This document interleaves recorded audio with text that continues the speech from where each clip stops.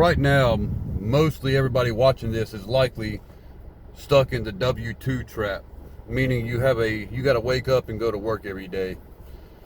You see, a W-2 job, me myself included, a W-2 job provides stability, but it's also a trap if you let it be.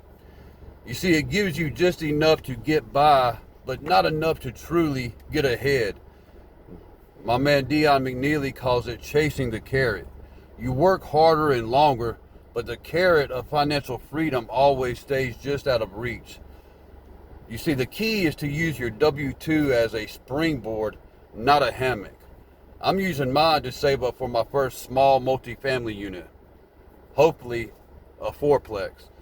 My goal is to eventually replace my W-2 income with nearly passive income from buy and hold real estate, small multifamily units, duplex, triplex, fourplex.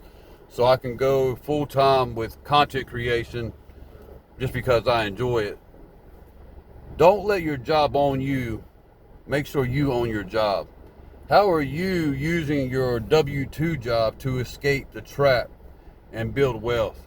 Drop your strategy and your goal or your plan in the comments below. Thank you so much for watching. Boom.